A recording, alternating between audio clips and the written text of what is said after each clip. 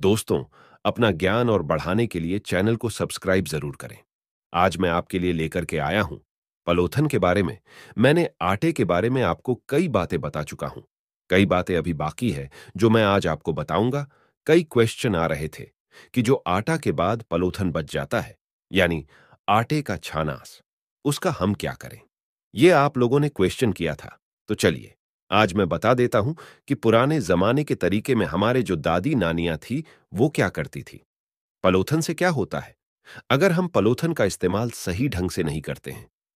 दोस्तों, तो इससे क्या होता है यह भी मैं आपके साथ शेयर करूंगा। हम पलोथन ले लेते हैं, आटा गूंद लेते हैं, रोटी बना लेते हैं, जो बच जाता है उसी डब्बे में डाल देते हैं। एक बात तो यह है कि वो छानस एक झूठा हो जाता है। उससे जब हम दूसरे दिन कुछ बनाते हैं, कभी गऊ की रोटी बनाते हैं, और आजकल तो कई घरों में बनती भी नहीं है, लेकिन पहली रोटी आपने जिस भी परमात्मा को मानते हो उसके नाम की जरूर निकालें। छोटी निकालें, बड़ी निकालें, जैसी भी मर्जी है, निकालें। निकालनी बहुत जरूरी है दोस्तों। और जब हम उसे डाल देते हैं डब्बे में पलोथन को, तो वो झूठा हो जाता है। दोस्तों, एक तो बात यह है। दूसरी बात है, जब हम पलोथन को उठा करके उसको कहीं रख देते हैं या आटे के डिब्बे में डालते हैं, जो हमारे बड़े बुजुर्ग हुआ करते थे, वो कहते थे कि घर के अंदर कर्जा होता है, क्योंकि आज हम ज्योतिषियों के पास जाते हैं कि हमारा कौन सा ग्रह खराब है। आप ये ध्यान कीजिएगा कि पहले की जो औरतें थीं, कभी ज्योतिष नहीं हुआ करते थे। बगैर ज्योतिष के शादी हो जाती थी, बगैर ज्योतिष के सारा काम हो जाया करता था। लेकिन हां, कभी कोई ज्यादा जरूरत पड़ती थी, तब हम जाते थे किसी ज्योतिष के पास। दोस्तों, लेकिन आज हर घर में यह दिक्कत है। चाहे हमने लोन लिया हो, चाहे हमने जो भी मर्जी लिया हो है, तो वो कर्जा ही दोस्तों बरकत नहीं होती है। बरकत कैसे मानी जाएगी।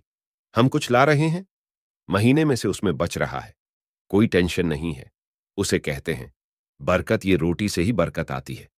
दोस्तों, ये कोई बहम नहीं है, कुछ भी नहीं है। पुराने जमाने के, अगर आपके घर में मौजूद है दादी नानियां हैं, उनसे पूछिए, अपनी मम्मी से पूछिए कि क्या दादी नानी है ऐसा करती थी अपने बच्चों को।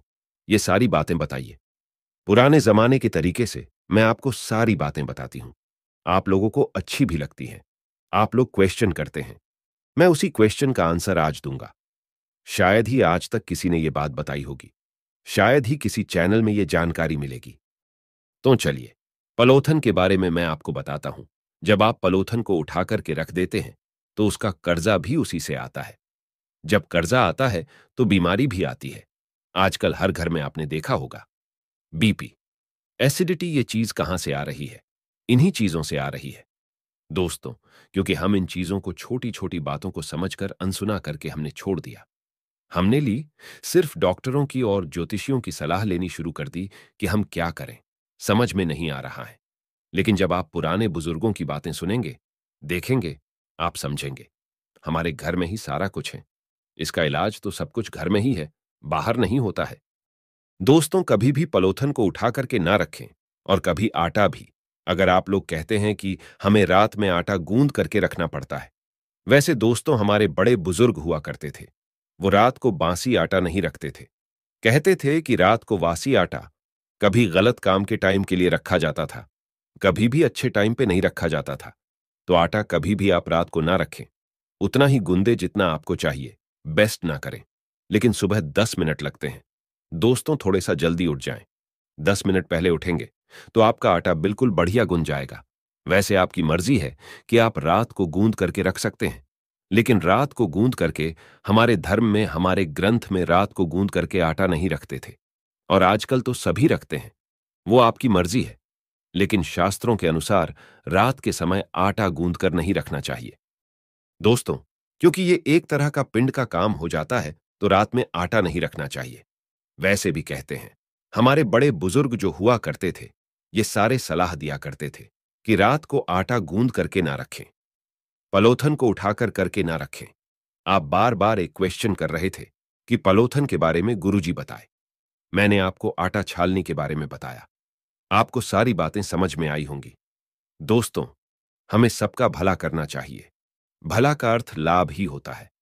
जब किसी का हम भला करते हैं, तो हमारा अपने आप लाभ होता है। दोस्तों, सही कह रहा हूं मैं। दोस्तों, दूध की बात भी आपने कही।